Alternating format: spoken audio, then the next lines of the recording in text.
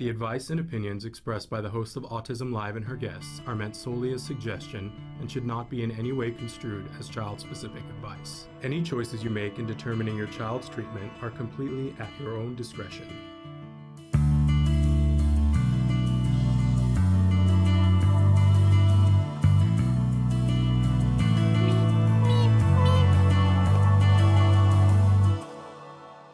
Good morning and welcome to Autism Live. I am Shannon Penrod and I'm so excited to be here with you. I was busy on my phone before. I was watching somebody make tallow candles out of potatoes. Don't ask me.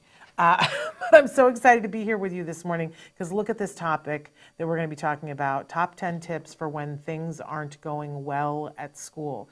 This is the time of year where most of you have been back at least a month. You've given things a fair try, you've tried to work things out, and maybe something isn't working and you're like, I don't really kind of know what to do. Well, we're going to take that on today. We're going to cover the whole thing, and hopefully you're going to leave with a bag of tools, because it's different for everybody, right? Everything is different for each individual, but a bag of tools so that you will know kinds of things that you can do, kinds of action you can take, kinds of things that you can ask for to maybe make it better. But I want you to know that you can be writing in your specific issues that you're having at school so that we can talk about which tip that would apply to or which tips it would apply to. I want to welcome you here. We are live right now on a variety of different sites. I love how hard you guys are working to make sure that you find us and see where we are. But I believe that we're live right now on Facebook, YouTube, Twitter, and about a dozen other sites. We are taking questions starting right now. I've got the questions right here in front of me. But please like us, share us, subscribe, let others know, because our mission here is to provide information and inspiration to you at no cost to you. That's been the mission for 13 years. We've managed to keep the lights on, but we only do that through viewership and sponsorship, and they go hand in hand. If we have viewers, more people sponsor us, and we're able to do more programs. So that's my little pitch. Like, share, review, let others know. We appreciate you so much for doing that. That enables us to do more things, like talk about this. I Carol Merrilled it wrong. It's reversed. Anyway, our topic today is a parent-to-parent talk. Our 10 favorite tips for what to do when things aren't going well at school. Now, I'm going to do what we normally do here, where I'm going to run down through these top 10 for those of you who need to run and have very little time. But then I'm going to go back and we're going to dig into each one of them, okay? Let's start out with number 1. You always have the right to call an emergency IEP, and we'll talk a little bit in the longer talk about when and why you would do that, but that is always your fail-safe, that you can call an emergency IEP, and I hope that you are doing that. Number 2, you want to gather as much information as you can so that you understand exactly what the problem is, and that's hard, but think of gathering information. Some of my favorite questions are asking what's happening before whatever is happening and knowing who has eyes on the situation. I think you're going to find a lot of times that the answer to the second one is no one, and that might be the problem. But you want to be and you have the right to this information about knowing what's happening, what happened before, and who has eyes on the situation, plus a bunch more questions I'm going to go over in a minute. Number 3, here's a long list of things that you can ask for. You can ask for an IEE, you can ask for a SIA evaluation, you can ask for an FBA, you can ask for an LRE evaluation, a recreational aid eval, preferential sitting, a one-on-one aid, accommodations, push-out, pull-ins. That's just a beginning of the list. And if you don't know what some of those letters are, you've come to the right place, because we are going to talk about what each and every one of them is and why it might be helpful to you and your kiddo today in the longer talk. Number 4. There's number 4. I'm going to ask you to consult with your ABA provider. And if things aren't going well at school and you don't have an ABA provider, I'm going to ask you to consider getting an ABA provider, because we can't put it all on the school. We can't just say, you guys take care of it and we'll be at home doing that. We could say that, but it's not what's best for our child, and we would want to be mirroring anything that needs to be worked on at school. We need to be working on it at home too, and that's the way we're going to get to success. We'll talk more about that in a second. Number 5, you're going to prioritize safety. And it should be that you shouldn't have to, because the school is doing that, but guess what? This is the thing that's going to motivate them more than anything else to do what's right when we prioritize safety. So let's do that. It's what's best for our child, and it's what's most effective with the schools. Number 6, from now on, I'm not going to put these in black. I'm going to put them in white. Make sure that school is fair. No matter what we figure out, we're going to put it through that litmus test. It has to be fair. They can't be asking your child to do something that's not fair. That's not right. We're advocates for our kiddos, and this is the be-all. Safety and this, boom, right? If we know that we have those two things, we're going to be in good shape. Number 7, we're going to create a brand new plan, and you're going to do that with school. But if things aren't working now, we're going to figure out what's wrong, and then we're going to create a new plan. And I'm going to tell you how you're going to involve yourself in that to make sure that it works. Number 8, we are going to check in daily on that plan. I know we all want to have that Ron Popeil thing where we set it and forget it. No. It doesn't work that way with the school. You have the IEP and everybody thinks set it and forget it. No, you got to check in daily, and I'm going to tell you how you can do that easily. Number 9, you got to ask for help. And this is the hardest thing, right? Because we all feel like, oh, I should be able to do this myself. I don't know anybody who does this by themselves.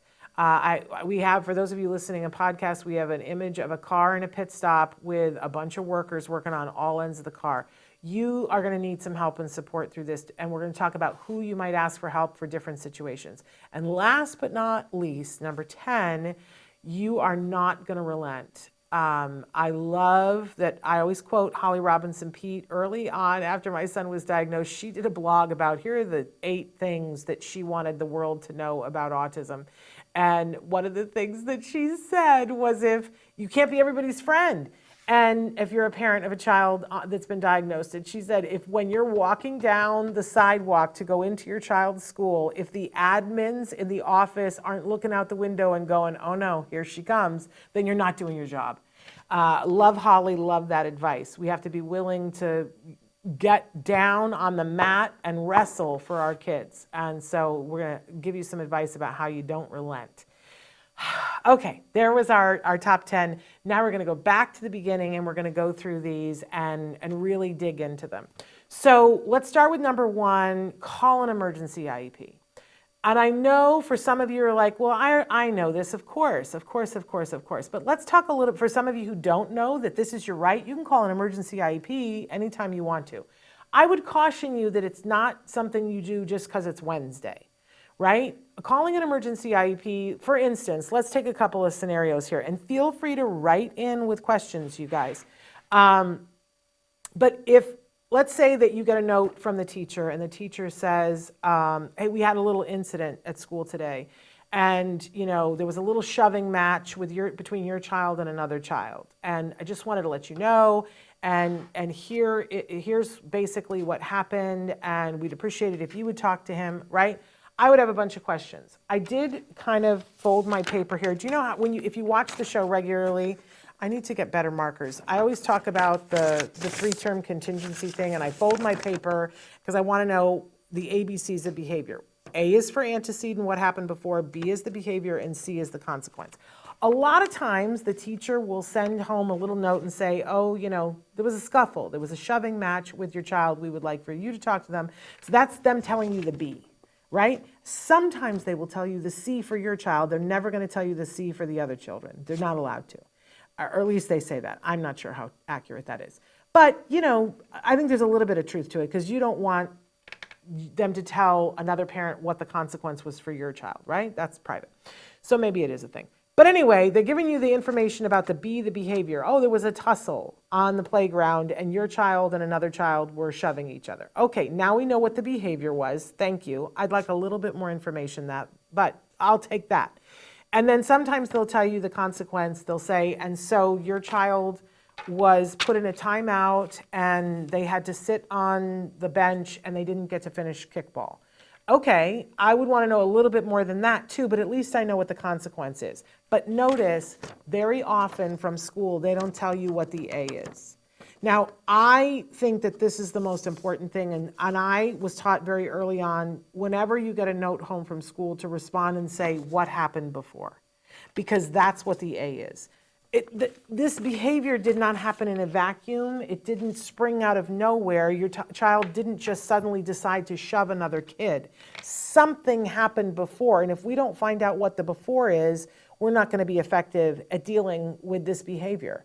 Because let's talk about Temple Grandin for a second, that they called her mom from school and said, you need to come and get Temple because Temple just threw a book at another girl's head. And Temple's mom, Eustacia Cutler, said, well, what happened before? Why did Temple doesn't just throw books at other students' heads, so what happened before? And Temple will tell you that the girl called her the R word. And when faced with that, her mother said, oh, I'm glad you threw the book at her head. Did you mean to hit her in the head? You missed. Did you mean to miss? And Temple said, no, I meant to miss her. I threw it in her direction to get her to stop, but I did not mean to hit her in the head. And mom said, good job. Now, we can talk about there are better ways of communicating, but I think we can all understand the frustration, and we're going to deal with this in a different way, knowing that this other student said something inappropriate, right? Then we're going to have a conversation about how are you feeling about that? What could you do instead of throwing a book, right? We can be more effective. But school loves to just tell us your child misbehaved and here was the consequence. It's incumbent upon us to ask what the why was before. Now, I usually say the 3 strikes, we need an IEP meeting. Now, this doesn't apply to everything because if I find out that somebody tried to strangle my child on the playground, I'm not going to wait for them to do that 3 times, right? I think it's a certain amount of common sense. But if I get a note home from school and they say your child engaged in a behavior that was unacceptable, I'm going to go back and say what happened before. And then I'm going to work with that teacher to see if we can't correct this right now. And depending on the severity of how badly, like if my child is hurting somebody, then I might go right to let's ask for an emergency IEP meeting. Because here's why. If your child is repeatedly doing something that endangers the other children, very quickly you're going to have an IEP meeting that is not called by you where they're going to tell you that they're going to put them in a more restrictive environment. And sometimes that is the exact opposite of what your child needs. In fact, if we were to find out what the antecedent was, what was happening before, we might argue for an even lesser restrictive environment that would be appropriate for your child. So I guess my point here is you got to put this through a little bit of a filter and say, when is it an emergency? And don't call an emergency when there isn't an emergency. If you've had one situation on the playground, that is not an emergency, unless somebody got seriously hurt, right? But if it's happened twice in a week, then I start going, okay, what are we doing about this? And if I get a third note, no, we're calling an emergency IEP meeting. If your child is ever in danger or endangering another child, emergency IEP meeting. If your child is not getting the services that are in their IEP clearly defined, emergency IEP meeting where you tell them you're out of compliance. That is the phrase that you will use. You are out of compliance. I need an emergency IEP meeting for that, right?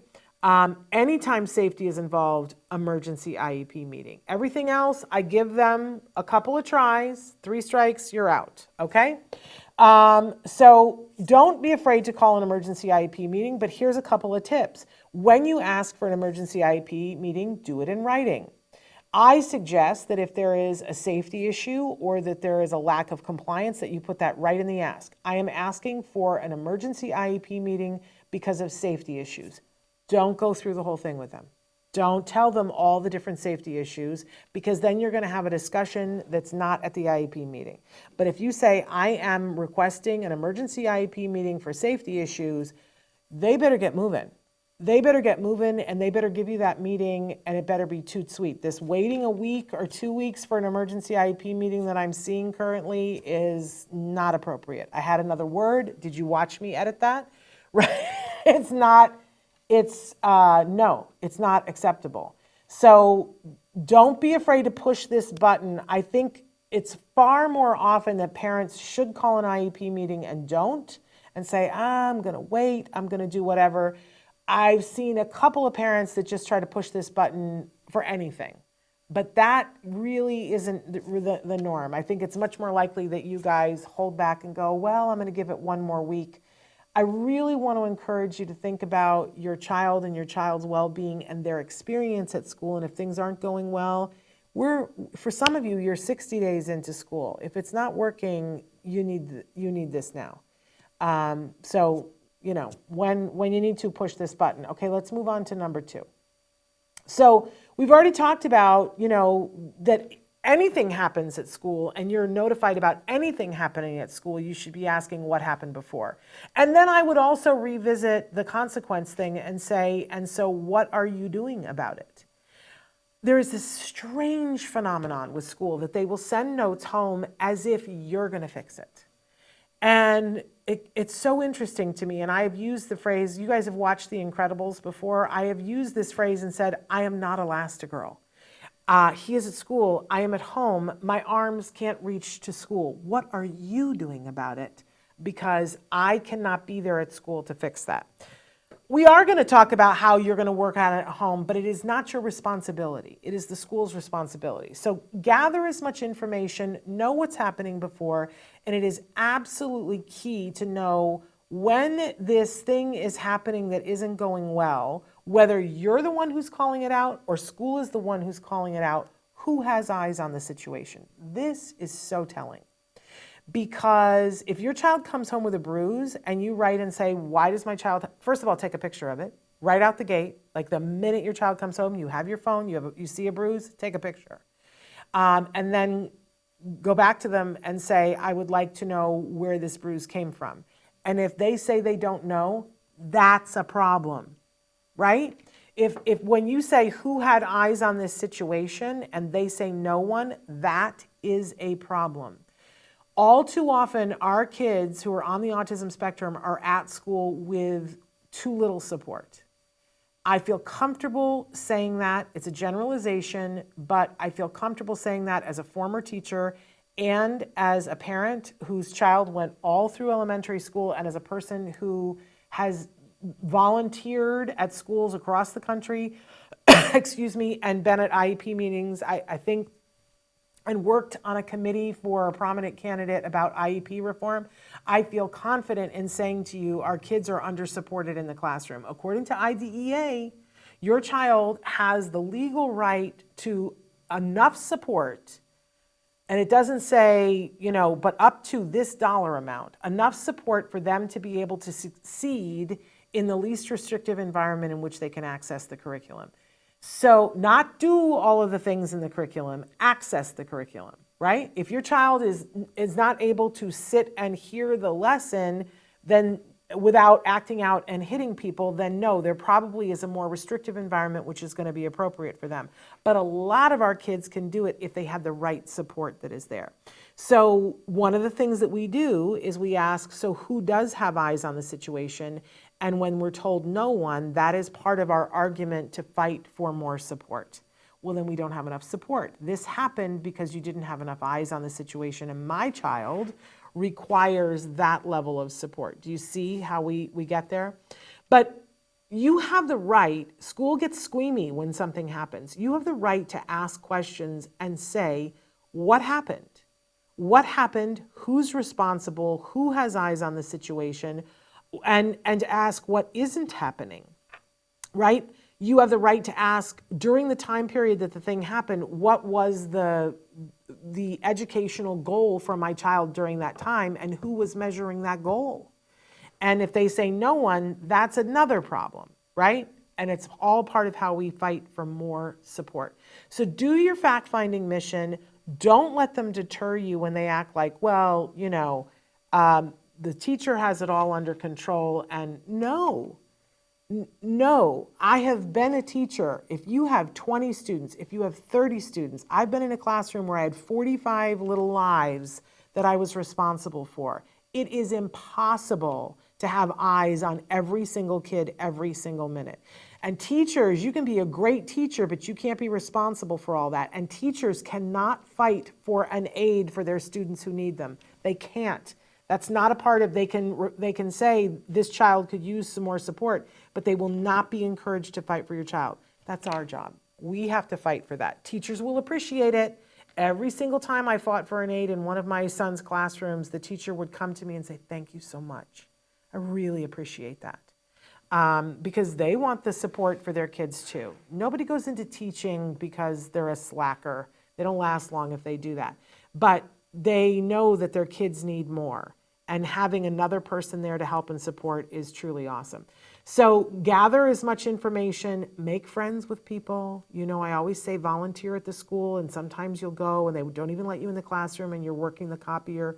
You can make so many friends in the copy room, and eventually they'll bump you up, and eventually you'll be in the classroom. You'll know who you can trust, who's going to tell you the truth and give you the 411 on what's really going on.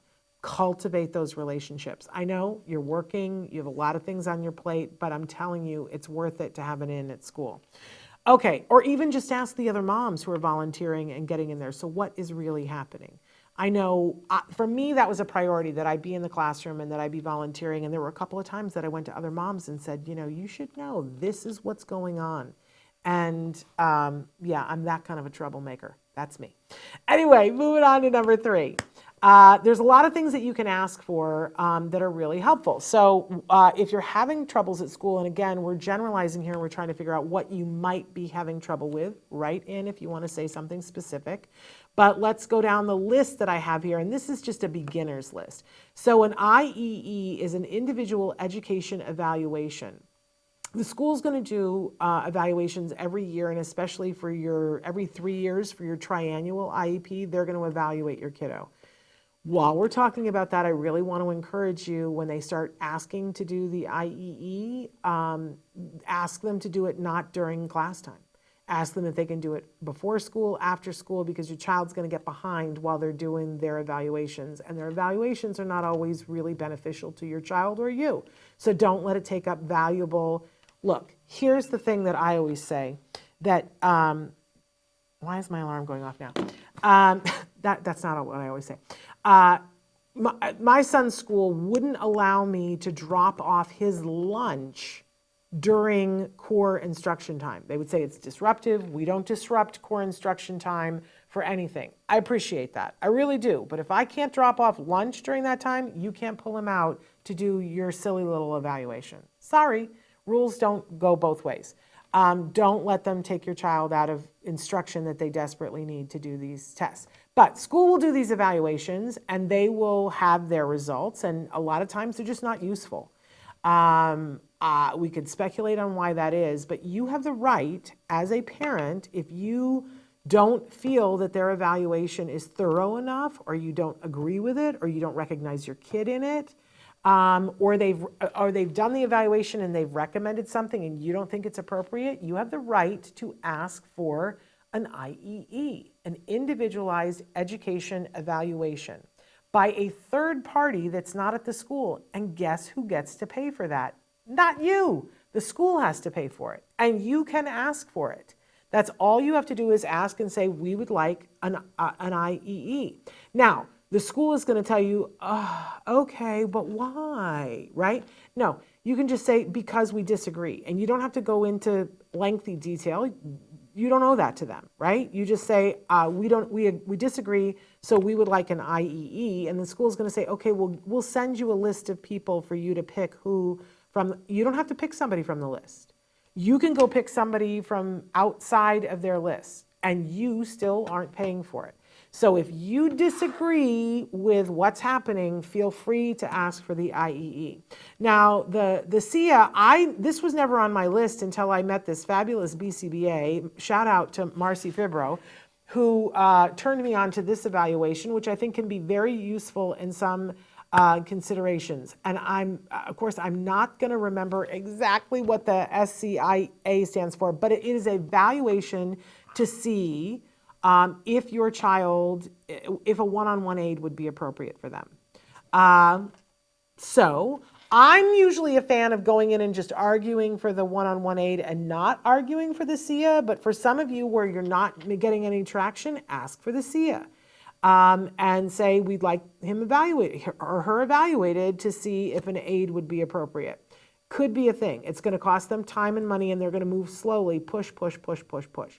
I will tell you honestly, I think it's best to just go in and argue for the one-on-one aid on a whole bunch of things that we'll talk about in a second and see if you can get it without the SIA. But this is an ace in your pocket that you can force them to evaluate for it, and they're really not supposed to lie on these evaluations. So there we go. You can always ask for an FBA. An FBA is a functional behavior assessment. It should be done by a BCBA, and you can ask for an FBA to be done by a BCBA. And I know, just saying all those letters, it makes me crack up because there was a day and a time where I would have been who, what, where, an FB what by a who, what, when. An FBA is a functional behavior assessment. A BCBA is a board certified behavior analyst. Every school should have one of them on board. Every district is, I think, required to have at least one, and they are probably overworked. But you have the right to ask for that. And if they have to hire out somebody outside, they should do it. Why? Why would you need an FBA? What is an FBA going to do for you? If your child is engaging in a behavior that is considered a problem behavior, then you have the right to the FBA. The person comes in and it's a whole structured approach. They'll interview the teacher, they'll interview you, they'll try to watch the situation. They're trying to figure out what is the function of this behavior.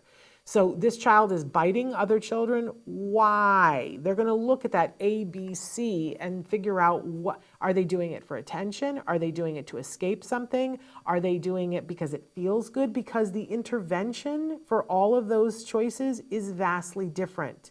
If somebody is doing it for attention because every time they bite somebody, the teacher comes over and says, Bobby, why are you doing that? You know you can't do that, and then takes them by the shoulder and walks them over someplace else and says, you know, you can't do that. That's attention, right? And if they're doing it for that reason, we would give attention, so much attention, all of the rest of the time, but we would not give it when the child is biting. That's a very specific intervention. We might even have the teacher have a watch that jingles every 30 seconds. And eventually it'll jingle every 35 seconds, but they'll say, Johnny, you're doing such a good job. So Johnny's getting tons of attention, but if he bites, all of the attention is given to the child that he bit, and none of the attention is given to him. That's a very effective intervention in a classroom for attention-seeking behavior. But guess what? If he's doing it because his gums itch and it feels good to bite, then giving him tons of attention is not going to fix that. Instead, we would give him something, I have them here too, I can see the box, jewelry that is on a necklace, that's a snap-away necklace, and it's medical grade, food grade plastic that they can chew on that helps them when the nerves are starting to come alive. This happens with a lot of kids with autism. But imagine if we didn't realize what the function was. If we gave them jewelry when it was attention, we wasted our time and money. If we gave them attention when it's biting, it's not going to work. So we want to do a functional behavior assessment so we figure out what's really going on so we do the right intervention. Otherwise, we're guessing. You take your car to the mechanic and you say, it's making this noise. And you say, I think it's this. And the mechanic doesn't go, oh, okay, well then let me just rip out your carburetor. The mechanic says, give me the keys, let me drive it for a minute. Let me see if I can see what it's doing. And then I'm going to do this test. Oh, it's not what you thought it was at all. It's this. And now it's and we were efficient at fixing the car. Why would we be less efficient with our kids that we love than we are with our car, with our mechanic? The FBA it's driving the car and figuring out what's going on so we know the appropriate intervention. So ask for an FBA by a board certified behavior analyst, a BCBA. An LRE evaluation. On your child's IEP, there is a page that says it's the LRE page. You can find it, and I encourage you to. And it lists why your child is in the setting that they're in and why they didn't qualify for a more restrictive or a less restrictive environment, right? And you can ask them to evaluate that again, and you can say, no, we'd like that reevaluated. If so many of you have written to me at this point in school and said, my child is in a setting where they're starting to act out and they're starting to do things that the other kids in the classroom are doing, and I don't really know what to do. Asking for an LRE evaluation is a really good thing to do, because if your child is bored and everybody around them is hand flapping, Of course they're going to hand flap. But if they're not bored and everybody isn't hand flapping, perhaps they won't, right? And school gets upside down on this and says, well, we have to see the behavior go away before we can put them in a less restrictive environment. No, that's not true. Do the evaluation. I loved one time I was told to ask for a recreational aid evaluation. Didn't know there was such a thing. But if the problems that you're having are on the playground, you might want to ask for a recreational aid evaluation. And then having a recreational aid come in, which means that there's somebody on the playground with them to help. And the great thing about a recreational aid is a good one isn't just going to work with your child. They're going to work with the whole class so that they all play well. When I had that aide come to the classroom, that teacher was like, oh my gosh, this was the best thing that happened all year long because I have all kinds of kids who are bullies and don't know how to play well with other kids. They have older brothers and sisters that are bullying them and they think that's the thing to do. And this person came in and taught them how to play with each other. Ask for a recreational aid evaluation. Other things that you can be asking for: preferential seating if your child is fuzzing out at a certain point during the day and losing focus. Maybe they need to be moved to the front of the classroom where there isn't a girl with a blonde ponytail that keeps bouncing every 30 seconds in front of them, right? A lot of our kids need a one-on-one aid and would be so successful if we could successfully fight for a one-on-one aid. We've done a whole show on that you might want to Google and find, but I'm really a fan of that. And IDEA supports that if we can show that the child can be successful with support at accessing that curriculum. And a lot of our kids, that can be the case. We have a long list of accommodations that you can make, things like having manipulatives, books to take home. There are so many different things that you can ask for. If you tell me a specific thing that's going on, I can tell you a specific thing. Now, the last thing that I put on the list, because I felt that these were the important things, was push out, pull ins. So, and I think it's important that you understand the difference between the two. And they both can be appropriate depending on the kiddo's needs and what's going on and what's happening in the classroom. But let's talk about some of the other services that your child has, like OT. They might have adaptive physical education, APE. They might have, I hope they have speech and language, right? And a lot of times that is, they get pulled out. So, you know, the speech and language pathologist will arrive at the door of the classroom and say, I'm here to get Becky, and they won't announce to the class what they're going for, but Becky says, okay, and Becky skips off and goes to the speech and language pathology room, and then when they're done, the SLP brings Becky back to the classroom. All right. And sometimes that's ideal, especially if we have a kiddo that has problems with focusing and there's too much noise in the classroom, and they need to be working on things in a separate place that's quieter, that's sensory stuff. It also gives them a break, walking to and from. It can be a really good and positive thing until they get to a certain age and a certain skill level where it becomes frustrating that you came and got me right when they're doing something that I want to do. And the other kids are going, why are you going someplace else?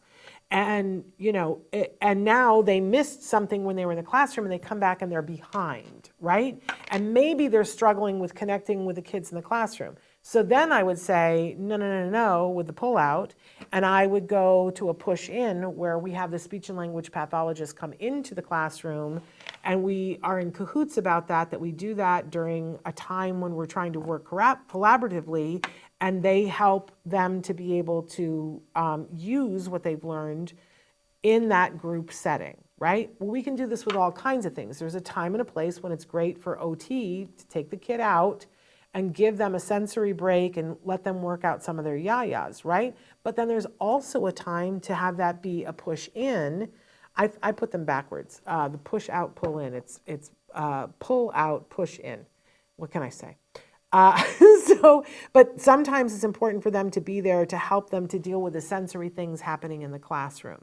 So I just want parents to be mindful about that. Sometimes if you have the wrong one, it can be creating problems. Your child's getting behind in certain things, and the stigma of being pulled out of the classroom is no longer of benefit that it was before. So be mindful that you can be saying, we don't want to do that anymore. And also, if they're being taken out during core curriculum time, I go back to the thing I was saying about the evaluations. Don't let them do that. And you got to check up on that, because I remember we had a new person started, I was seeing my son's report card, and he was so good at math, and all of a sudden he had all these zeros. And I said to the teacher, why does he have zeros? And she said, oh, well, he's not here when we give the test. I mean, do I want to like say to this person, honestly, really, are you kidding me? But I also went back, I called an emergency IEP and said, why is this happening? Who isn't talking to somebody? What?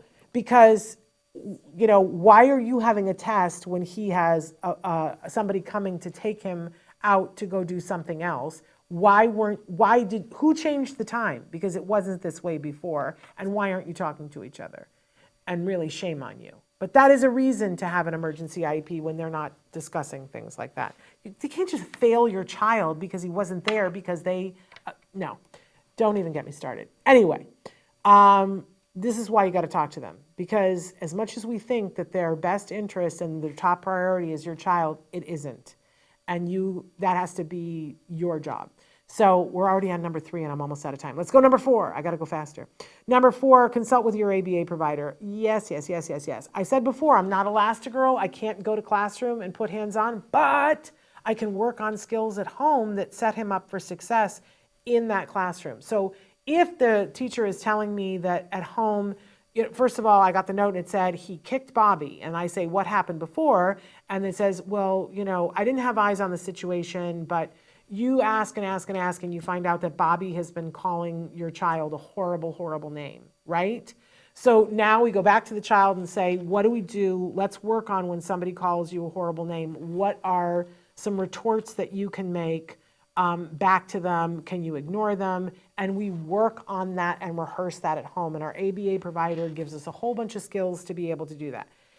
Can you do it sometimes yourself? Sure. But if you have a team who's working on stuff at home, I say, let's dig in. And I always think of it of making your child ready for the world, because I still haven't found the way to make the world accommodate our kids. I'm working on it, right? But let's get our child so that they have a way of coping that does not get them in trouble. And one of the things that we taught our child is, when somebody does something, like somebody kicks you, right? That you very loudly say, why did you kick me? Right? And the teacher then turns and goes, what, did somebody just kick you, right? Instead of kicking the child back and then watching as they get into trouble. And that's a powerful thing to teach our kids. So depending on what it is, we want to give them skill build, right? I just blew Chris's mic out. Sorry, Chris. Number 5. Prioritizing safety. So many of you have written to me in these first couple of weeks and told me that things are happening at school that are not safe. And I just got to tell you, that has to be your number one priority. Like I was talking about the horn on the head yesterday, is your number one priority, and you want to flog the school with it and say, you're not safe, you're not being safe, you are not being safe, because you want to put fear in them. Because if you have publicly and in writing said, my child is not safe and I want to have an emergency IEP meeting to fix it, and they don't fix it, they know that that's a lawsuit that's brewing for them. And we don't want the lawsuit. None of us wants a lawsuit. And we especially don't want a lawsuit because our child was injured, or the ultimate. Children have lost their lives because schools were not paying attention to safety. So I don't want to scare you, but I want to say to you, this is your number one priority, and you need to make it school's number one priority. It should already be, and they're going to tell you that it already is, but if your child is eloping from any area, it isn't. It's not working. Put their feet on the fire and make them help you to come up with a different plan. And do not relent, do not give up, because it's important. I always tell the story of saying that I didn't want my child to go to a certain kindergarten because the gates, every time I drove by, the gates were all open by a busy street. And they were like, nope, very safe. And I went and toured and said, no, it's not safe. And they said, an administrator will meet you there, and they've installed all of these self-closing locks on the gate so that when somebody comes through, it automatically closes, and you can't open it from the outside. I said, okay, I'll meet the administrator there. I got there, and we start walking around the campus. Every single one of those gates was propped open. Every single one had a cinder block or books or a bag or whatever was propped open. And I looked at her and I was like, okay, so obviously your gate thing not working. And I said to her, I don't want to tell you how to do your job, but if it had been me and I knew that I was coming for this meeting, I think I would have gone earlier and walked the whole school and closed all the gates to make sure that it was closed. And the fact that you didn't do that, interesting to me. And she said to me, I'm going to be honest with you because I feel like that's the best thing to do. She said, that's exactly what I did. I came and I walked and I made sure that all the gates were closed. And I said, okay, so you get what I'm saying here, that there is a problem that's not just about the gates. She was like, yep, totally get it. And it's my job now to make it happen. I loved that woman and worked with her many times. And she was like, nope, got it. I see the problem. And that school, it was so much better. And they had all kinds of policies in place to make sure that those gates, and they threatened staff with all kinds of horribleness if they left a gate open. Be the squeaky wheel, you guys. Be it. Our kids are worth it. Number 6. Make sure school is fair. If they are asking your kid to do something that isn't fair, like, if your child needs a break, make sure that they're giving them a break. Make sure that the break that they're giving them is an actual break and not a stigmatization. I've seen people, say to kids, here, you can be inside this sensory bag, when that wasn't what the kid needed, right? Make sure it is fair. Whatever they're asking your child to do is fair. And that is so all-encompassing. I think you guys understand what I'm saying. If they're asking your child to ride on a bus an hour each way to school, by the way, that's not fair, and IDEA does not support that. Your child has a right to go to the school that is in their neighborhood and them saying, no, that's not the right setting for them. We need to ship them an hour. No. IDEA, that's not fair, and IDEA is expressly against that. Don't let the school say, well, that's where we have the program. I'm happy for you that you made that choice, but it's illegal. You're supposed to offer me that program in my child's home school. And if you chose not to, that's on you. The law is in your favor. Make school fair.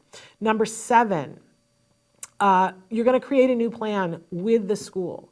And you have to be a part of that team. And I encourage you to include other people as part of that team. If you have an ABA provider, make sure, especially if you've asked for a functional behavior assessment and that they come back and they say, here's the function of the behavior, here's the behavior intervention plan, make sure you run that by your BCBA who's working with your child at your ABA so that you have the right plan. I've seen so many horrible, inappropriate, unprofessional BIPs of late, and people doing FBAs and not giving data, and I would not have known that because I'm not a BCBA, but I had years of sitting there with my BCBA and going over and them going, oh my goodness, what is wrong with these people that they don't know how to write a BIP, a behavior intervention plan. So create the new plan, be on the team, and include people on your team. And if you don't know and you don't have an ABA provider, write to me. And I will look at stuff and people know. I will comment and go, what? No, this is not appropriate. This is not usual. This is not the norm. This is not okay. This is illegal. And then you can decide what to do with that, okay? But make a plan. Got to be a new plan. Number 8, you need to check in daily. So here's my tip for this, that there's always a way.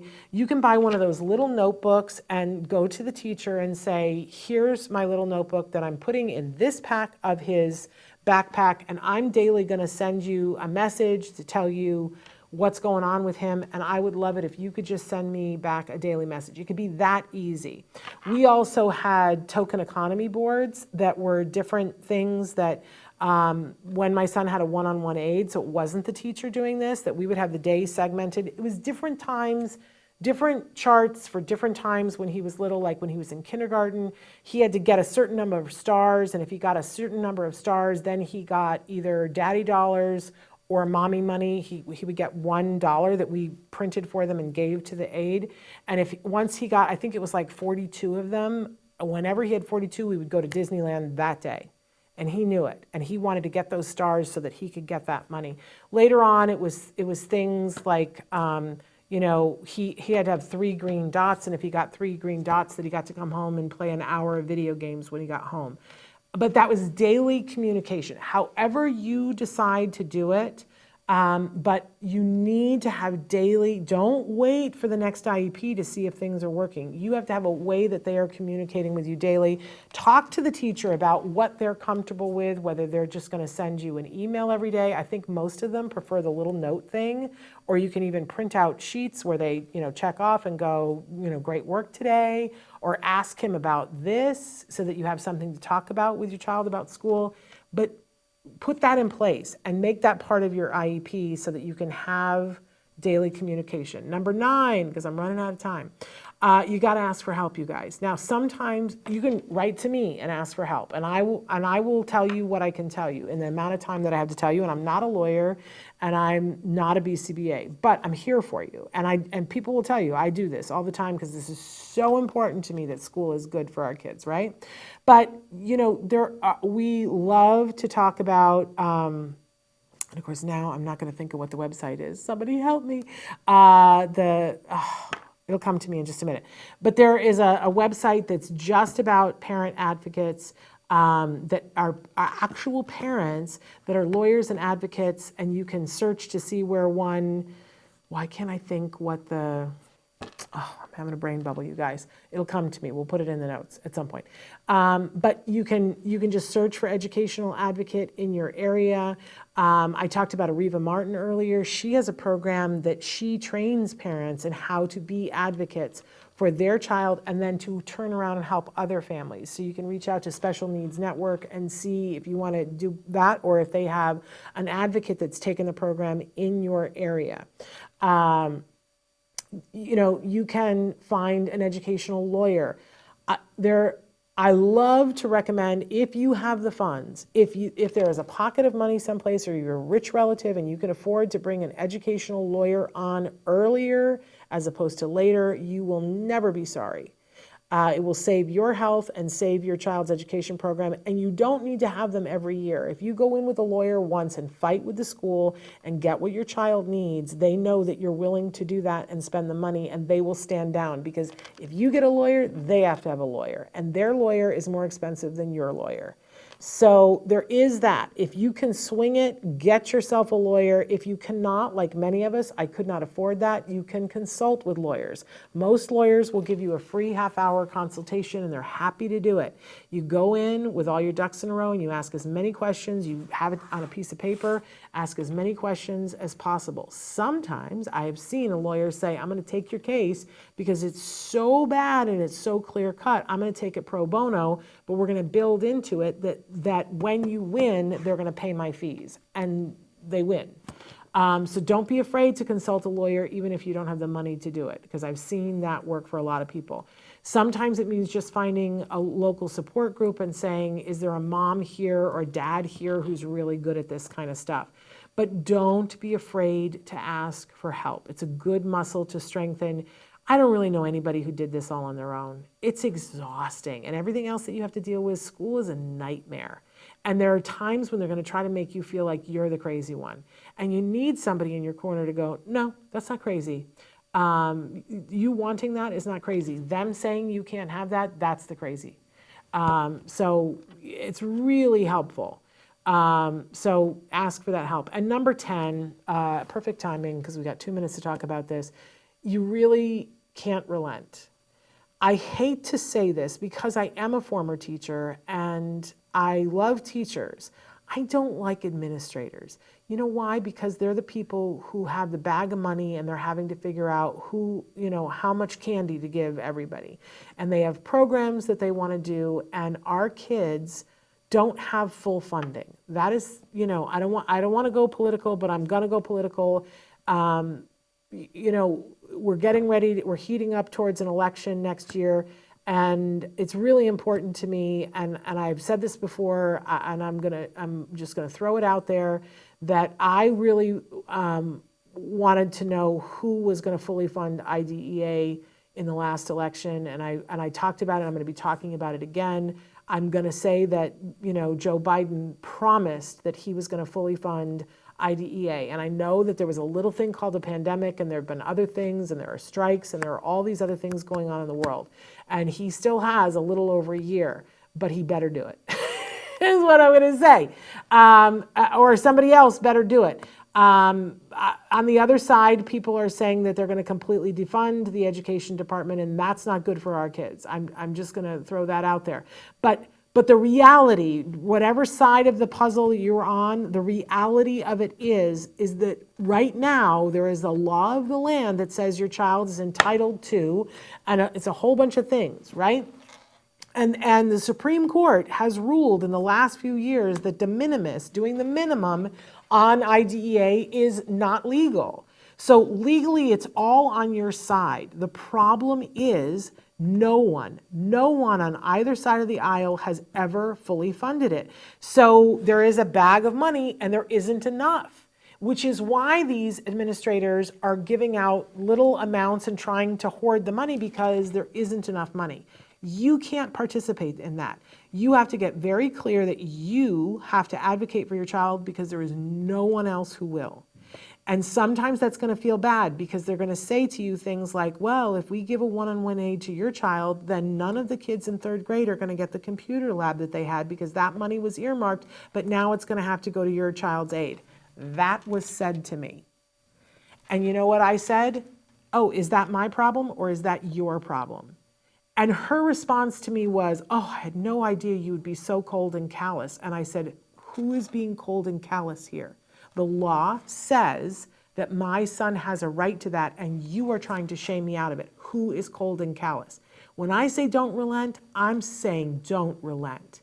You are going to deal with some bullies, some passive-aggressive people who are going to try to shame you and say that your child doesn't deserve something.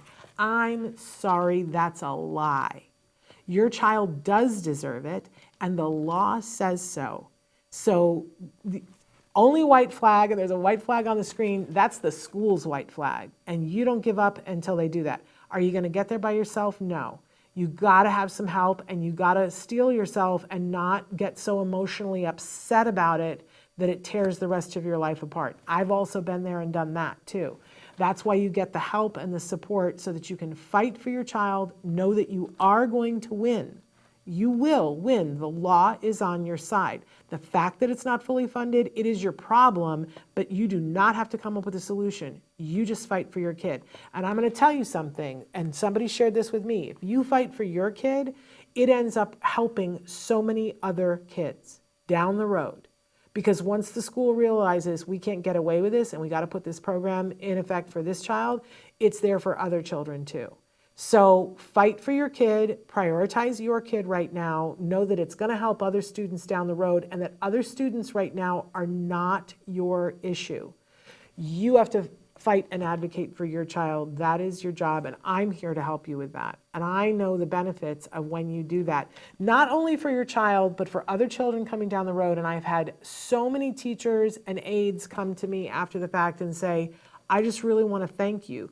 You fought, and I didn't think you were going to win. I didn't think what you were asking for was appropriate, and now I see exactly why it's appropriate, and I can't wait until the next student comes along and the parent says, my child needs X, Y, or Z, and I'm going to listen more next time. I have had that conversation. I want you to feel the wonder of what that is when that happens. All right, I'm past time. Can I tell you how much I love all of you, and you're doing a good job? And the fact that things, if you're watching this, it's because things aren't going well at school. That's not a reflection of you. But I want you to fight hard to turn it around. Don't wait. Don't be one of those. Sixth grade, I said, okay, I'm going to fight. I didn't stop fighting. I didn't relent, but I gave them lots of time to correct stuff. Biggest mistake. You ask them to correct something and you check daily, and if they aren't correcting it, you ask for more correction. And if you have to, you pull your child out of that classroom, away from that teacher, away from that school. You do what you have to so that it's fair and that it's safe for your child. If it's fair and it's safe and your child is engaged, then you're cooking with gas. Okay, I love you. We're going to be back, I believe, on Monday. I'm not sure. I got to check my calendar. But until then, please give your kiddos a hug from me and one for you too. Bye-bye till then.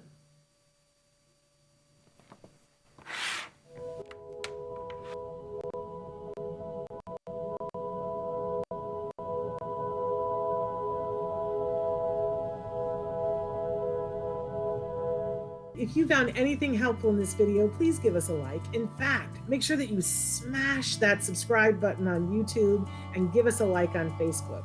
You can also follow us on Twitter and on Instagram for important updates. And please download our free podcast wherever you get your podcasts. Thank you so much. See you next time.